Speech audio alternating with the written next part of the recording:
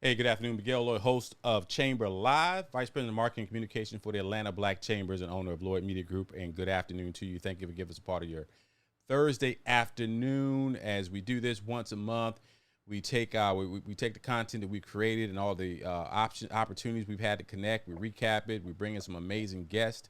And today we're going to be talking about real estate. We have two of our members and professionals. We have John Thompson, not John Thompson from Georgetown, but John Thompson, the commercial real estate pro. And then also we have Matthew Coleman, longtime member of the chamber, been an ambassador. Now he heads up our real estate professionals development organization and group. But he also has VI Capital. You know, it's so funny. I'm thinking about putting together a promotion. We're gonna call that thing Slash because everybody in this organization got a couple slashes going on, without question. But this is let me bring in my.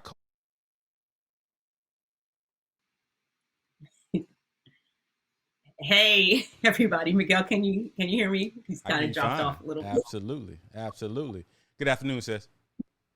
Good afternoon. I'm Raquel Hill, the Director of Operations for the Atlanta Black Chambers and also the creative strategist behind my brand, Raquel Hill and Company. Rock, rock, rock. So, we had a great time a couple nights ago, as we always do. This is always a busy week for us because we've got both the networking session at the South Metro down there. Shout out to everybody who came out to the South Metro event at Pseudo's Bar and Grill. But then we do Chamber Live. So great week.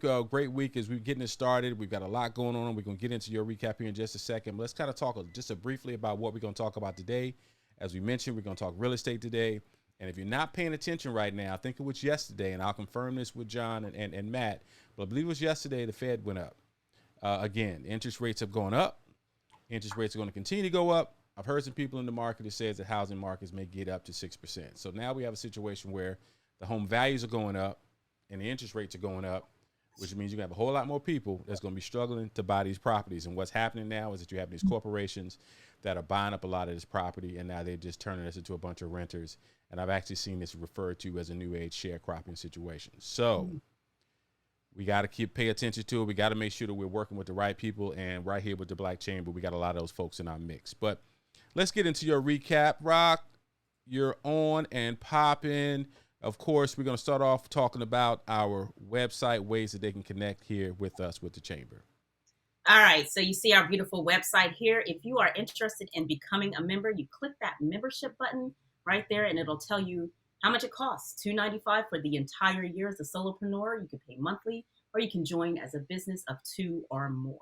So if you are ready to make that investment in your business and become a member of the Atlanta Black Chambers, go to atlantablackchambers.org, click on the membership tab, and you can join the Atlanta Black Chambers today. Speaking of joining, Miguel, I got a number for you. You ready? Okay. 107 people have joined the chamber since January.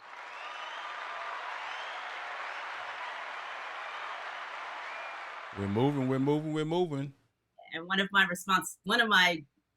responsibilities as director of operations is to reach out to each one of those members. So if you have not received a call from me, anticipate a call so we can get you plugged in to our affinity groups and our industry committees. So again, 107 people joined the chamber since January 6th. Last month, as you know, was Financial Literacy Month. And our Financial Services Committee, chaired by Sheena Robinson, they had their 2022 Money Smart Business Summit. And it was the first time they've done it in person in 2 years. And it was amazing. The keynote speaker, Mary Parker, kicked it off. She talked about how she pivoted during the pandemic. And when she receded indoors, she referenced her Bible and she looked up every single Bible scripture where God said what to do for the people who need to go indoors. And she was steadfast and she paid attention to that. So when she emerged on the other side of this pandemic, she had all her ducks in a row. So again, it was great. We had an amazing panel discussion featuring, I know Shay Taylor was on that panel. We had some other, powerful people on that panel. We had Angelique Angela White was on there. We had Carl Parham, and a couple other, Jerome Oglethorne. I hope I'm not mispronouncing his name. And again, Shay Taylor. They had breakout sessions. So if you were at the Money Smart Business Summit, you got the opportunity to visit the Chase Lounge, which is one of the prize rooms at the Russell Innovation Center for Entrepreneurship. And then we had our entrepreneur panel where Katrina Morrison got to talk about Mocha Travel. We had Eric Marcus, who does trophies and plaques. The Burnett's with Powerhouse Pest Control were on there. And then this last sister who's I'm going to butcher her name, but she was on there and she was talking as well. Some very insightful information given by our panel of entrepreneurs expert. Everybody walked away with the gem. And also one of the key highlights of last month was the Cobb County Chamber Black Business Networking Mixer. You know that S on the end of Chambers? It is because we are putting an imprint in the entire metropolitan area. So we're not just focused ITP here in the city of Atlanta. We're also connecting and doing business with the surrounding counties and the surrounding metropolitan area. So that was a really good turnout. Our executive director, Melvin Coleman, spoke about chambers and joining the chambers and the significance of a Black chamber. And you can see we had a beautiful turnout of members, either who live in Cobb County or who love to kind of go out and support all the efforts that the Atlanta Black Chambers is doing. So again, Financial Literacy Month, we ended that with a bang with the financial services, and then we made a huge imprint with the Cobb County Chamber Black Business Networking Mixer. So that was April. That was April. So yeah, I don't know if you want me to jump into May. May. Sure. All right. So let me tell you what's happening this week. This week on May 7th, our very own Michelle Glover, this is not on this slide, Michelle Glover and Melvin Coleman will be at the Spark Conference Center talking about small business. It'll be a Small Business Week seminar, Making Money Move. So happy Small Business Week to all of you small businesses out there. This is the week we want to recognize you and make sure that you know that people like the Atlanta Black Chambers is here to support you. On May 9th, we're having our Brand Tech webinar. This is going to be led by Nicole Simmons, who does all of our here at the Atlanta Black Chamber. She's going to show you how to walk through Canva and create some designs. It's going to be an informal, hands-on, and you should be able to walk away if you're able to follow along in the background with some Canva designs of your own. May 13th, Friday the 13th, we are so excited about what we're going to do on Friday the 13th. We are supporting our brick and mortars. We're starting off by supporting Bomb Biscuits. We're going to have an in-person event. You can register to sign up because they really want a head count so they know how many people are coming. And we're going to go and support and spend our money and dine on these beautiful, these very tasty Bomb biscuits. And I've heard from our executive director as well as the Burnett's that their biscuits are the bomb. You see, you're talking about food now, so now I got to come back on because I'm looking forward to that. So Bomb biscuits coming up here next week. It was next week, Friday the 13th. And again, this is part of our initiative to support brick and mortars. You will see more of this, and we're going to do it where it makes sense. We're going to show up, spend our money, and we're going to support these Black businesses. On May 21st, there are two things kind of happening on May 21st. Oh, the first, let's get the first one out the way. Do we need to go ahead? Oh, it's Raquel's birthday. She wants everybody to make sure, you're going to do it like everybody doing now. Drop your Cash App. You're going to drop your That's right. As a matter of fact, be on the lookout for what it is. I would love it if you guys could support my play, my one-woman show that I'm going to be launching in October. So in lieu of Cash Apps, we're going to try to fund that play.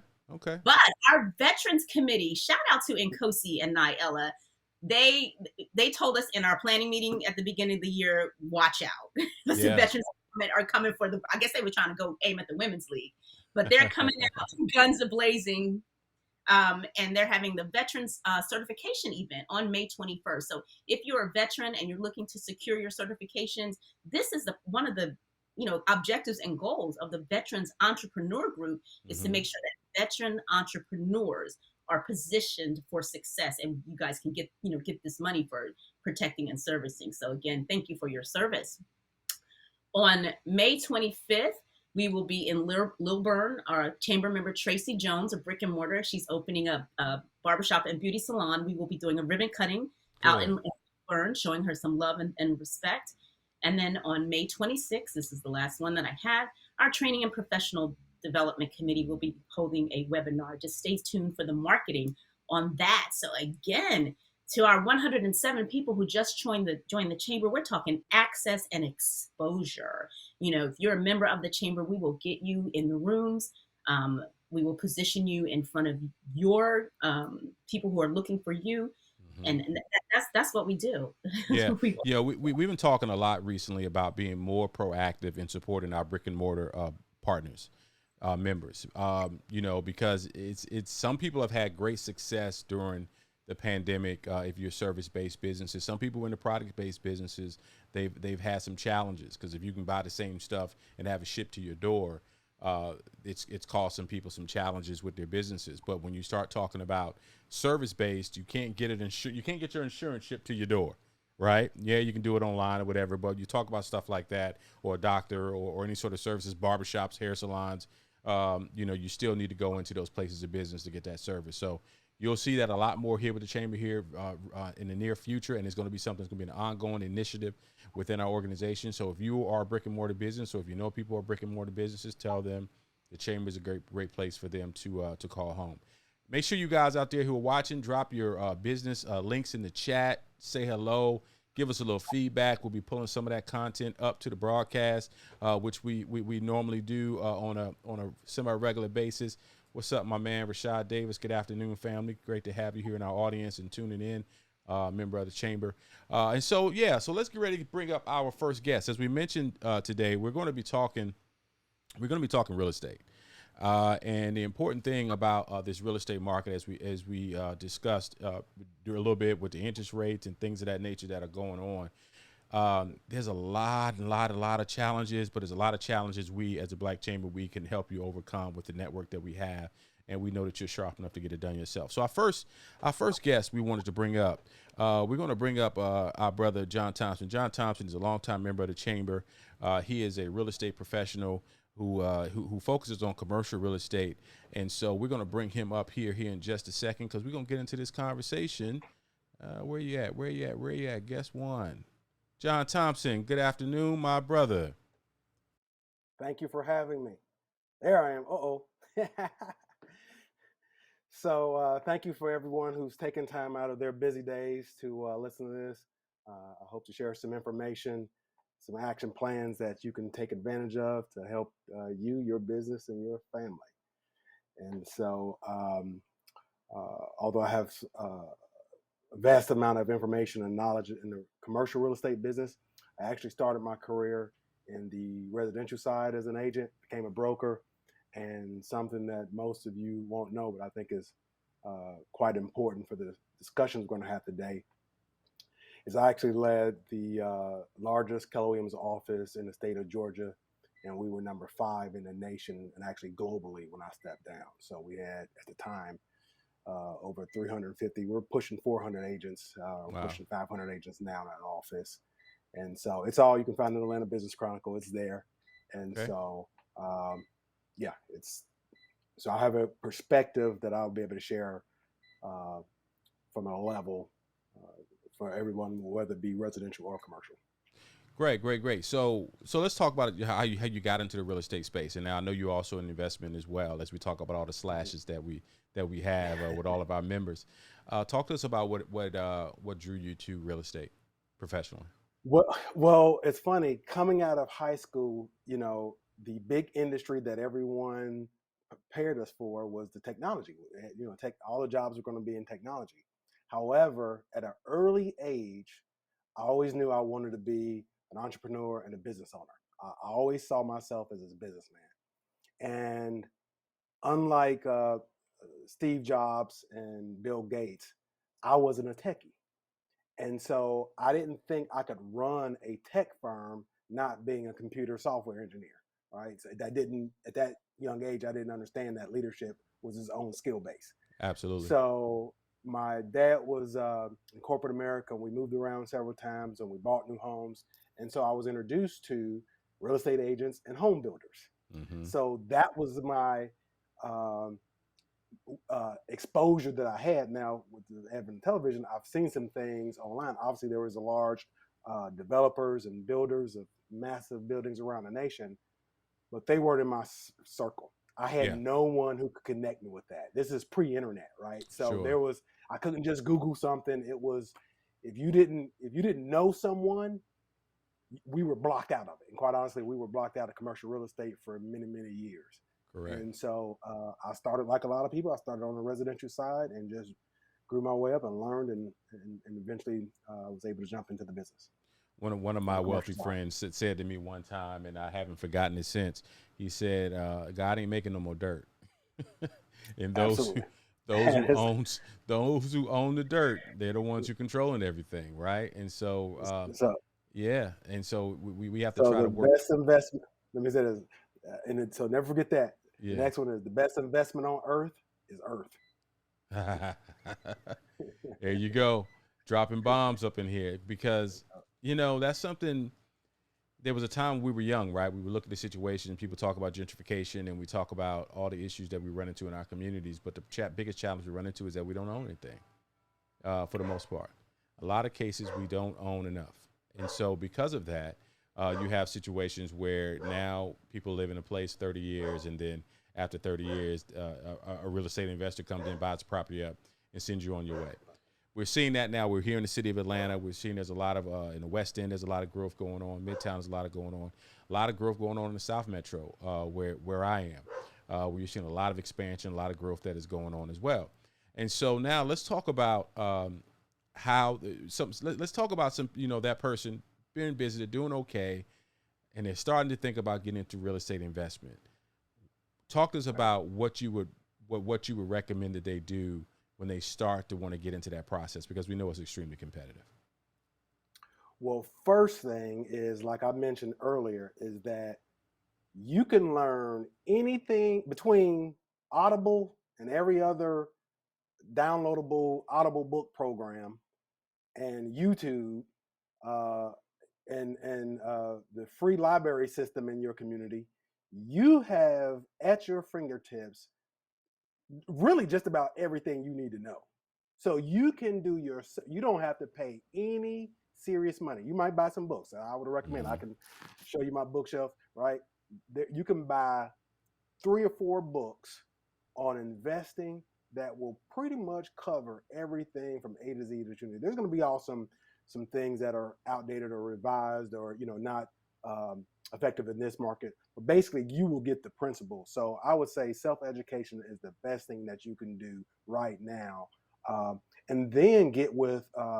You're going to always build a team. Every book is going to tell you get a team. Mm-hmm. So if you have a real estate broker, an advisor, and I want to make a distinction between an advisor and just a typical broker. So, and I am a licensed broker, don't get me wrong, but also I advise and consult. So you want to get with people who have just the capacity and the desire to help you make smart decisions and not just to sell you something. Okay, because when you're working on a commission, it could be it could be easy for some people to just help someone buy anything just because that's how they make their living. Right. And when you get to the point where you're an advisor and a consultant, there's a different level of it is not based upon me, it's the client's interest.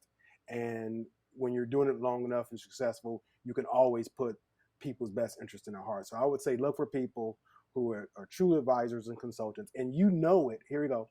I don't care what credentials they have. I don't care what they put on their blog or all their social media. When you sit down and meet with them, if you're not immediately getting advice and consultation, you're not talking to an advisor and a consultant. Right? A salesperson is going to know how much money you have and what you want to buy. And I will say something. An advisor is going to give you information. So the first thing, as soon as you have some capital, so let me just back up. Miguel, they have a business. Hopefully they're saving their capital. And this is not just true for African Americans and Black folks. everybody in America. This is an American phenomenon. We don't save as Americans, right? We make it, we spend it. Mm-hmm. That is the number one issue. Lack of capital saving. I mean, think about it. If you've made $100,000 a year Mm-hmm. for the last 5-6 years, Mm-hmm. and you don't have any capital, where did it go? Where did it go? And let me give you an example of I met this is years ago. I was still selling houses, and I met a young man. He just happened to be Chinese. I believe he worked for IBM. He made $80,000 a year. He came to me and he had $40,000 in the bank. Wow. And bought a home for his family. So, yes, I don't want to spend any time on the history. You and I know, and everyone on this channel knows the redlining, the issue. We know that. We know. I want to spend time today about solutions to help. So first thing is get educated. Because the thing about investing is not risky. Let me say it again. Investing is not risky when you know what you're doing. How many of you can tell me the value of, if I was to show you a 5-unit or 15 or 20-unit apartment building, what's the real value for that? If I was to show you a small shopping center, what would be the value of that? You don't know the value for it, right? So the first thing you're going to do is learn value, because anytime you need to invest in something, you need to be able to distinguish between if it's a deal or not. So it is very simple things. And what I would recommend is start with one product type. Now, the world is full. There's two reasons. You can find a plethora of information on multifamily investing, and there's nothing wrong, and I recommend it, and it's good.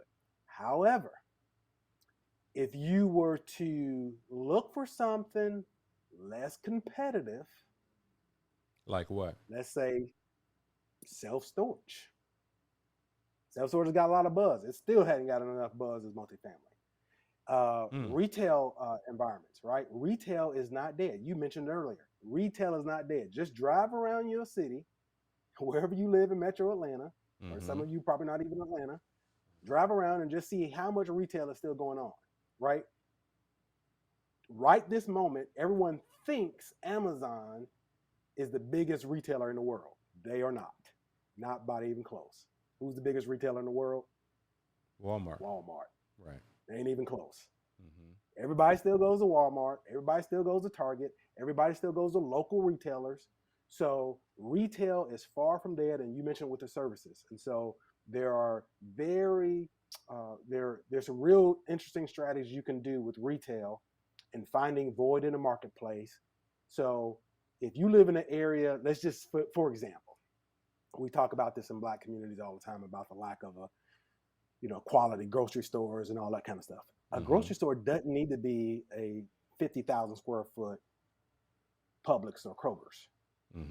Right. It can be a 5,000 square foot or 3,000 square foot or 2,000 square foot corner grocery store that are built around the world. Every major city has small market grocery stores that you can stock, and that local community can support that. That is something that is very achievable to the small individual investors starting out. And it may not be one, it may be one or two. And I just watched the video, and I've heard him speak multiple times. Don Peebles, one of the largest Black developers in the country. And he made a comment that it just made my heart ring when he said it. He said, when I see other developers and people in the commercial real estate business and investors, I don't see competitors, I see collaborators. And that's how I feel. There's so much out there to get. Yeah. That we need to, if you are fearful about partnering with someone, you may not partner with anyone, but everyone should know one or two quality people like Miguel or someone else that you have the character that you and we're putting our capital together and we're going after this project. Because quite honestly, there's too many of us trying to do it by ourselves. Yep. And if you just partner with 2 or 3 other people, that makes a difference. You're watching Chamber Live here on Facebook. The rebroadcast will be on YouTube here very shortly.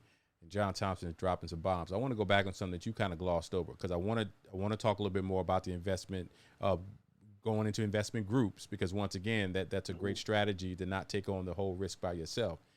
But I had a light bulb moment. Self-storage, because we're always thinking about multifamily units. In a multifamily unit, you buy yourself a unit. It's got 4 units in it, and you got to rent it out to the people, and you got to worry about utilities. You got to worry about them tearing it up. Self-storage unit, they throwing that stuff up in there, throwing a lock on, and they going home until they come back and get it again. And another reason I like self-storage, though multifamily and self-storage has what I would call favorable financing. And I think most people are smart enough to know what I mean by favorable financing. Favorable financing means there's a little bit lower down payment than a 25 or 30% or 40% down payment required sometimes on different investment properties. You can get it amortized over a longer period of time. Mm-hmm. So here's the difference. So when you buy a self-storage, you're not just buying real estate, you're buying a business. That's right. So you can get an SBA loan on it with 10% down. See, if you guys got, that's different. Absolutely. If you guys got any questions or comments, John's going to be here even when we bring Matthew in here shortly. He'll be back into the show. But if you have any questions for John, while you have his attention, drop it in there. We have a few people who are in the chat. Looks like we've got Sean Isaiah James. He wanted everybody to know that John is the man, dropping these gems up in here. And so talk about investment groups. We are, we start talking about the slash and talking about the campaign of the slash, right? A lot of folks out here, as you mentioned, you have an example where a Chinese gentleman made $80,000 a year in a short period of time. He had $40,000 in the bank. That's just not something you hear in our community enough. And if it is, we're not taking those resources and reinvesting them like we should. But talk to us about if we wanted to form an investment club or some sort to go out and start pursuing real estate investment opportunities. Kind of give us maybe 3 things we should start to vet out our friends and families and see if they're ready to join an investment club. One, it starts with the mindset. We're no longer we're going to be self-reliant, and so this small group, 2, 3, 4, 5 people. And that's what I would recommend starting off. 2, 3, 4, 5 people with the same goal. So we're going to just base all real estate in either one of 2 goals. Either we're going to buy something with the intention to hold it forever, or we're going to buy it, increase the value, and then sell it for a larger profit. Right. You all know it as hold or flip. Hold or flip. I can get into all I know all the fancy language that we talk within our industry, but understand even in commercial real estate investing, it boils down to 2 things. Either you're holding something or you're flipping. Or you're flipping it. Now, because if Miguel, if you and I are doing something and you're ready to flip, you want to get in, get this bag and get out. And I'm thinking, I want long-term wealth and I want this sucker forever. Right, then we're not compatible. Oh, here we go. We're not compatible on this deal. On this deal, sure. Now, on this deal. So you see that? Now, you and I, and 2 or 3 other brothers and sisters, we find another deal that I look at and we all agree, okay, this is something that we're going to buy. We're going to fix it up. We're going to lease it up, and we're going to sell it. And that flip period could be 1 year to 5 years in the commercial real estate business. Right, just all depending on what it is and how large it is. Well, what is your average? What is the average return on a good, solid real estate deal? And the reason why I'm asking this question is because there are people who got money socked away in a drawer or what they call a savings account. Might as well be socked away in a drawer if you got it in a savings account. That's exactly what it is. So let's encourage some people to think of, if they're thinking about real estate investing, that $10,000-$15,000 that got socked away getting 0.5% return. What could they possibly do with half of that to go out here and try to get X amount of return on that money? Well, with that kind of money, you for the commercial real estate business, you probably going to want to partner with someone. Mm-hmm. And there's all kind of we don't have time to get into all the details of deal making, how to make things work, right? Mm-hmm. That's a one-on-one session. Sure.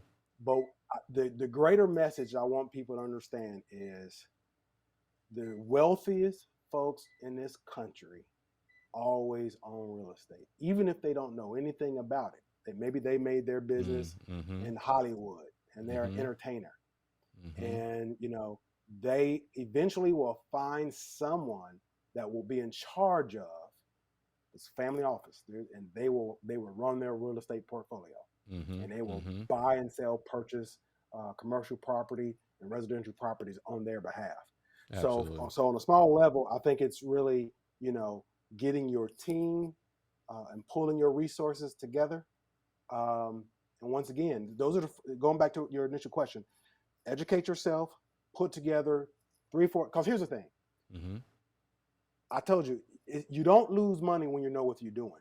So between the 3 to 5 people, that's a lot of brain power that can learn a lot of stuff real quickly about industrial. Right? Let's say 5 people want to get together just based upon this information and said, okay, we're going to learn everything we can, the 5 of us, about self-storage, and let's start sourcing deals. Well, 5 people learning everything they can, you're going to learn just about everything you need to do. You got some capital, you got $10,000 a piece, so now you got $50,000.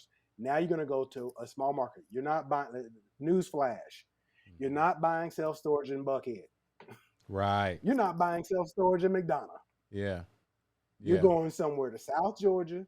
Yeah. You're going to Alabama. Okay. You're going to South Carolina. You're going somewhere in Tennessee. But it's going to be a money-making opportunity. I'm going to tell you what you're doing. You're going to find something. It's not going to be on the internet. You're going to hook up a little internet page. You're going to bring that little old, dilapidated self-storage to the 21st century. You over here you dropping bombs, and you're giving a master class. You're giving a master class right about now. We have a question from the chat, and we're going to bring Raquel and Matt here in just a second. What about going through private money lenders? Is there a strategy for finding them? They're all over the place. This country is flush with cash, and there's people who are looking for property, and there's people who are looking for deal makers like you who can fund the projects. My email is littered with them. I get 10 of them every day because I'm in the industry. It's people literally all over the country looking to invest their capital. Got it. Yep. Raquel, I know you had a question that you wanted to ask John, and I forgot what it was, so I'm going to let you ask John directly. So I think John may have touched on it a little bit when he talked about going to Tennessee and finding these self-storage places. But earlier this year, we had an event where you talked about how competitive it is. Everybody wants to own property in Atlanta because that's sexy. Right. But if you're really serious about investing, you won't mind going into a rural community or what you refer to as secondary markets. So tell us a little bit about the benefit of exploring secondary markets. Well, we all know that with the Fed pumping trillions and trillions and billions of dollars into the economy, that our entire industry, our entire marketplace is flush with cash. And so that's why Wall Street is looking to buy and build single family homes. They have to buy, they can't even buy enough commercial property, quite honestly, right? So it's just another avenue for them to buy and hold. So major markets like Atlanta, we're still one of the, I know it's going to seem hard to believe, but look at the numbers. We're still one of the most affordable major cities in in the country. So everyone, I literally have in my database right now international funds that want to buy in Atlanta, right? It's just absurd. So, they're not going to buy a small deal. So small deals are relative, okay? All right. But those opportunities in small markets where you got the best using the self-storage analogy again, that you buy somewhere in some small town in the mountains of Tennessee or whatever, and you start doing your research and you realize people store boats, RVs, grandmama's house. Americans love to buy stuff and keep stuff. Yeah, It's true. yeah. So that, because I used to wonder, I was like, well, man, how much? Here's how you know a market is good. Mm-hmm. When Wall Street jumps into it big time, You know it's good. see, yeah, think about it. For many years, we only had, you had Public Storage. They were basically the only one. You didn't. Now we got about 5 national companies. Y'all seen them, and they build these huge buildings, right? Yeah. What does that tell you?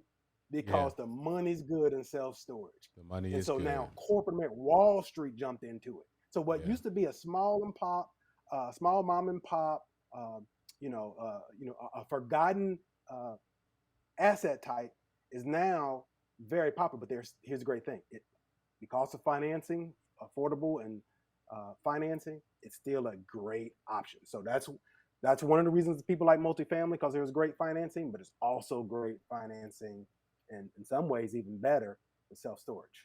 Let me because we're a little bit behind. So I want to Okay. bring I'm gonna bring in my guy Matt Coleman. Matt, what's up, brother? Let me see, your mic is muted and that's on me. All right, go ahead, talk now. Hey, what's going on? How's everybody today? Everybody's good. Happy Cinco Everybody's de good. Mayo. This is such a great conversation, and so we're gonna bring you up, Matt and John. If you hold tight, I want to sit up here and give Matt his opportunity. Let's talk about Matt's specialty, but we're gonna bring you back up in about 10 minutes because I want to have a group conversation with all of us. So, brother Matt, What's going on? What's going on? good to see you, How's man. everybody today? Man, good. Matthew Coleman, he is the owner of VI Capital. He's also the director of our real estate and professional development community here with the Black Chamber. We're gonna work on you. We're gonna work on me. I try to keep track of everything that we're doing. We're doing so much here with the chamber. A lot of great things we're doing with the chamber. And Matt has been a member of the chamber for about 5, maybe 6 years, roundabout. Yeah. I touched down to Atlanta. I touched down to ABC. Yeah. And so he was a long time. He was an ambassador. Anywhere you saw him in these streets, he was talking about the Black Chamber. But then he started to get into this real estate game and this investing game a couple of years back, and now he's having some great success as a builder. But let's talk about that right now, Matt. Let's talk about the game. Let's talk about what's going on as we want to talk about the pre-planning process and funding and finding the right type of deals to get into. Cool. I can say I'll digress. I definitely hit Atlanta and went straight to the Atlanta Black Chamber. Also, getting involved with the chamber allowed me to understand business in Atlanta, and subsequently, obviously, real estate was the next step, and I became a builder through partnerships, and a lot of stuff that John was talking about was really relevant. Was really relevant. It was making my ears pop, wanted to jump on, and then also I got introduced to money. About 4 years ago, a buddy of mine introduced me to a $43 million hedge fund and said, "How'd you like to sell money?" And in doing that, I really learned a lot.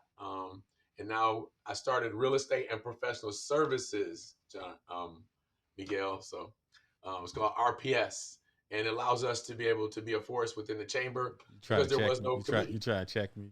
A little bit. like all the emails I send you, my painter.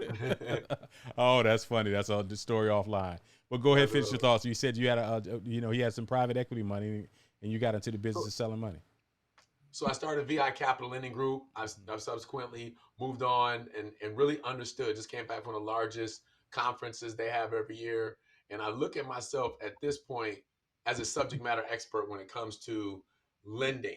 And one of the things, John had some high level concepts, and it really made me dig deep and say, what do I do? And I think I'm more boots on the ground. I'm more technical. We'll have a great conversation when we talk about how to find a deal, the actual simplicity of the concept to be able to implement and act, and what is the actual dollar amount it's going to take to say, hey, I want to buy that. And I can provide those resources as a lender. Like I said, it's been 4 years now, and I have my own table fund. When it's private, institutional, when we look at the Fed, the swap rate, how it changes from DSCRs, there's from fix and flip to rental to new construction. As a lender, I know the requirements for each. Like if you want to move, you got $47,000. Here's how much money you can spend on an investment property. And Here's the purchase price. Here's the rehab cost. Here's the after repair value. Here's your profit you're shooting after. Next, who's going to do the work? I'm a contractor. I have GC capabilities. So when you talk about implementing, okay, I got $57,000. I got 20,000 reserve. Okay, I have a product. I have a project, and here's what it's going to take to make it happen. So that's what I'd like to talk about. Not just we understand our plight, but also what are action steps. And I'm going to pass it to you. And I don't know if you remember, we had being a longtime chamber member, there was an event that was the Hispanic chamber, the Latino chamber. Man, it was probably this was pre-COVID. We used to pack the place. It was probably 100 people in there. Sure. And I know I stood up and said, and we as a chamber have been working this strong. We always talk about what's wrong or the concepts or we should do this. What is action step number one? That's kind of what, and what are the things, Raquel, I know you do this a lot. You have to go through 1, 2, 3, 4 things to get that $55,000 grant. That's what I really like digging into. I was a business owner for year 28. So I ran an auto store, and everybody wants to run a business, but how do you scale? And the implementing things that I'd like to talk about, and I got some real catch keys that somebody could get invested in next week. No, that's good. That's good because, if you believe what's going on and what they're telling you on the news, the opportunities are all drying up.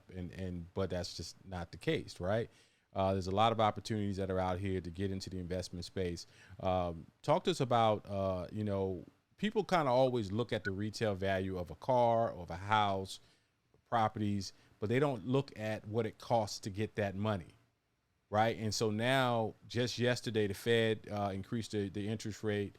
I'm hearing that just for residential, it may get up to 6% here pretty soon. Get up to 6% interest rate. But let's talk about, from your perspective, and you're in the money game, how feasible is it right now to get into the space, even with the interest rates kind of jumping up? And how can you make money regardless if the interest rates are going up, making money on the other side of it? So investing is broken down for the layman. John touched on it: either hold or sell, fix or flip. Right. And the reality is you have a cost, and that cost of that product or entity or idea is your base cost. You need money to buy it unless you have all the money. So what hard money is in any loan is a partnership. So if you have something that's $100,000, I say to you, I'll loan you, it's $100,000 to buy it. It's $20,000 to fix it up, but it's going to have an after repair value. So it's going to have a profit. So the cost of that money would be your down payment. Say if it's $100,000 you need, you got to come up with 20. We'll loan you 80. That 80,000, it doesn't matter if it's 6%, 10%, or 40% for the money. The reality is we have to start looking at the profit. Just because the rate went up, it just meant you lost profit. Quick example. For every deal that we fund, we only fund, you got to hear this, we only fund 70% of the after repair value, right? 70%. Okay. So if you're selling something and the market is selling it for $100,000, you have $70,000 to buy it, fix it up, and sell it. So you got your opportunity cost, which is the physical thing. Then you have your labor cost, which is to fix it up.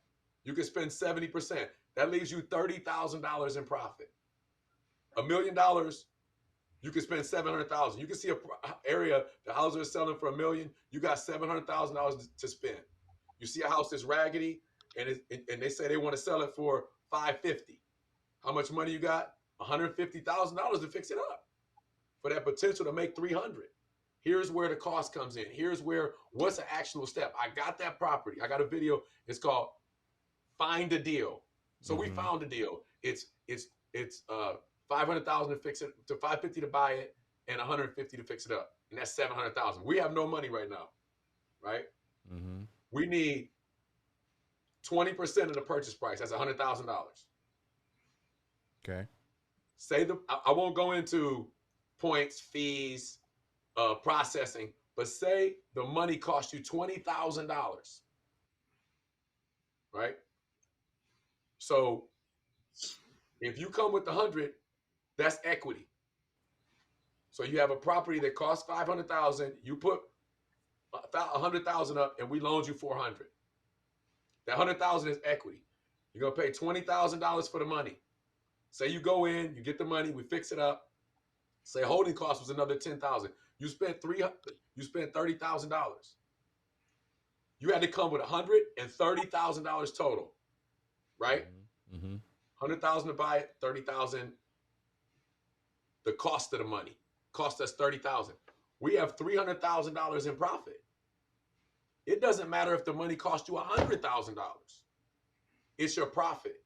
That's when we talk about collaborating. What separates us from opportunity is cash, right? Because if you knew it was $500,000 and you had to come up with $130,000, you paid $130,000. You have to pay somebody to do the work. You know, they would be paying to do the work. You would do the work. We have to come together and put our money together so we have the money down, so that we can make that $200,000. And for me, when John talked about collaborating, it boils down to trust. And we can almost talk about that by itself. How do we trust each other to put our money together? Let me bring John back into this conversation. This is a great insight, brother. Because I think that's a lot of times. It's technical. I'm technical. Huh? I said sometimes I can be technical with those numbers because that's right. Where the money's hidden. That's in the technical stuff. That's where your money. So John, what's your response to some of the stuff you've heard here that Matt's been talking about? So Matt's dead on. So let me say something about the rising interest rates. So let me just, I don't want to be Pollyanna. They're going to rise, okay? And homes appreciation is going to continue to rise if nothing changes drastically in our world. If we look at the last 200, 300 years of America, well, especially the last 150 years, home prices always increase. So even if you're a first-time buyer, and instead of buying something at 2%, which the government only did that, as we all know, for a reason, to help grow the economy. Now the economy is growing. Now we're going to fight inflation. So, normal rates, the normal historical rate in America over the last 100 and something years is right around 6%. So we're still lower than the historic national trend of interest rates. So that should not prohibit you from buying a home. Now, what's like you mentioned earlier, prices are escalating. I just went over the first quarter stats for residential yesterday. Homes have been appreciating in Atlanta, Metro Atlanta, 20% every quarter for the last 5 quarters. Wow. And I've seen that myself. So, I've seen that myself even with my own home. Yep. Now, that is not sustainable. Yeah. So here's being an old-time real estate guy, I know what goes up will come down. Right. I don't know what's going to trigger the market shift, but all market shifts and have a correction. So I would say, and this is just knowing the business, buy real estate, buy yourself a home when you can, buy your investment real estate, whether it be residential or commercial, buy some investment property and hold for the long term, pay it off. You will not lose. You can't lose making a profit, earning cash flow in real estate. And so now the evil in the center, I'm trying to think of a word, the evil empire out there, yes, they, years ago in the Great Recession, it was a help for them to come in and buy up all the foreclosed properties because it made our market balance. So let me tell you what balance market is. So when we have 6 months of inventory, so if no new house came on the market and it took 6 months to sell it all, that would be a balanced inventory. We're at 1 month. So if no new houses came on the market today, and at the existing sales rate, every house in Metro Atlanta would sell in less than 1 month. 0.9 week, 0.9 is the actual number. So 1 month of inventory. So the lack of inventory and the rate of construction for homeowners, for single family homes and multifamily homes is far below what we really need. So there's Is that a I don't know national what's going to. issue, or is Atlanta? That's a national issue. It's a national It's a issue. national issue. Yeah, it's everywhere you go in the Sun Belt. It's a problem. Yeah. So housing prices are going up everywhere, and it's going up faster in hot Sun Belts like Atlanta, Phoenix, Dallas, Houston, Charlotte, Tampa, so on and so forth. 60 But Minutes did a in the report on end, that. Yeah, 60 Minutes did a report on yes, that it is. about 3 weeks ago. So if you guys can do a search on that, and they got into a lot of depth, and they talked about how corporations are buying up a lot of the property and renting them out and renting out the American dream. And some people I've even heard it seen as a new age sharecropping situation. So this is the one thing we would need to fight. So being solution oriented Mm-hmm. is we need Congress to step in because Congress controls all the regulation on Wall Street. Mm-hmm. They need to slowly divest themselves of single family homes across the nation. You have about 5 companies that bought out hundreds and hundreds of. There's literally in Atlanta, there's probably 100,000 homes that should be on the market or at least available in the pool coming up, but they're all bought by BlackRock and their sisters, and they're just sitting out there renting those homes. And so those homes used to be on the market that we buying. That's why we have such a housing shortage nationwide. They bought them all, which was good for a short period of time because it was going to take us 10 years plus back in the Great Recession to get out of it. We were looking at dark times. Most folks don't realize. So when Wall Street came in for the very first time and bought those houses and cleaned up the market, it was good. Well, you know what happens when Wall Street gets into something and they see a return? They're like, we want more and more and more. Keep on. Now the only way to stop that is through legislation. There is no campaign that's going to do that. It's only through legislation that Congress has to pull in and dictate. Because when Congress realizes the only way that we're going to fix this, if we just have, so let's just say the top 2 or 3, or let's say the top 5 firms that own the most so no other private investors, right? Not as small investors with 1 or 2 or 10 properties. Those 5 companies that own thousands and thousands of homes, every month they need to start putting those homes on the market. They'll sell them for premium dollars, right? Sure. So they're still going to make money, Sure. but it's going to actually help every community around the nation where they bought all those homes. And Matt, those homes, yeah, go ahead. No, go. I'll finish your thought. I'm sorry, Matt. I wanted to ask you: are you seeing? And both of you guys work in the commercial space, and we got about 3 or 4 minutes left of the show. Both of you guys work in the commercial space. Have you seen this issue with corporation buying up this property affecting the commercial space as much as it's affecting the real estate, the residential space? No. This phenomenon is definitely on the residential side. Commercial space is already expensive, so they, depending on their return efforts. Well, I would say it like this: part of the multifamily process is that there are institutional firms, private wealth firms, and equity groups that they want that multifamily, and that's why I said it's a slaughterhouse to get into that market space on a large level. Matt, before we get off here today, what opportunities would you recommend that our membership pursue here in the next 6 to 12 months? Well, and just one thing about what John said in regards to rates, the Fed had to raise the rate. It had to slow down the amount of homes that are being purchased because that's how the values get higher and higher and higher. They compete. So when you slow down the rate, what you force is that the market to stop. So when I'm looking to sell a house, I've got a house right now to the point we talked about earlier. We were selling for 1.25 2 years ago. Now it's at 1.495. That's how much. But then again, costs have gone up. So they raised the rate. Now people who have houses, they're more likely to sell them cheaper because they know it's not as many people qualifying because they don't make enough money now because their payment is so much higher.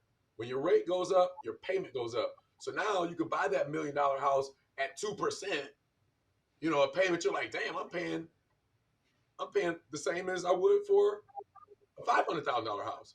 But now that rate goes up to 6. I can't afford it. So now that seller is saying, man, I got to sell this cheaper.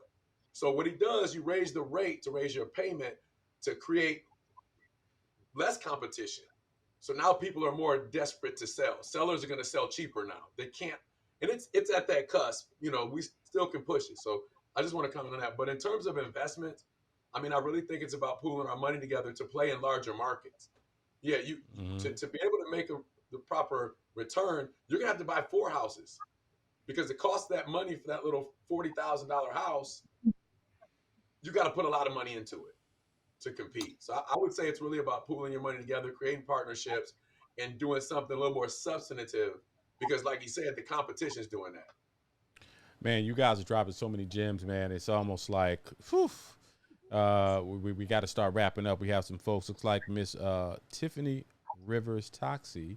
She wants to know how she can reach you guys after the call. So if you guys can drop in the Facebook chat your information so that you can be reached, and you can verbalize it now. But I know it's always easy for people to go back later and grab it out the chat. Yeah, email me, John at officebuildingbrokers.com, John at officebuildingbrokers.com. And that way, because I live by my schedule, so we'll get it scheduled. Yeah, my email is my initials, M as in Matthew, B as in Blake, C as in Coleman. So it's MBC at V as in Victor, I as in Indigo, capitallending.com. MBC at VI Capital Lending. And I'm going to drop quite a few little gems in the chat right now. Guys, man, we really do appreciate you guys giving your time and giving such great knowledge today. I think this was time well spent. Real quick, Matt, you got anything with the anything going on with the real estate professional development that we need to know about? Yeah, real estate professional services, because amongst real estate, there are so many services from, real estate agents to processors to closing attorneys to inspectors. John is a part of the group too. He heads up the commercial peer of our company, and we've got, of our committee, and we've got in September we have Amber Lawson is doing a development workshop, and then when is it? November? No, she's November 9th, and we're September 3rd for we're gonna have our inaugural summit. So it'll go over everything that we're talking about and more. That's gonna be in September. So those are the 2 we got up right now, and many more to come. All right, guys, we're right up on top of the hour. Thank you so much, everybody, for you guys tuning in today. Raquel, of course, always great. You're always amazing as always. We appreciate every last one of you guys for giving us this time. Man, we've had so much interaction in the chat today.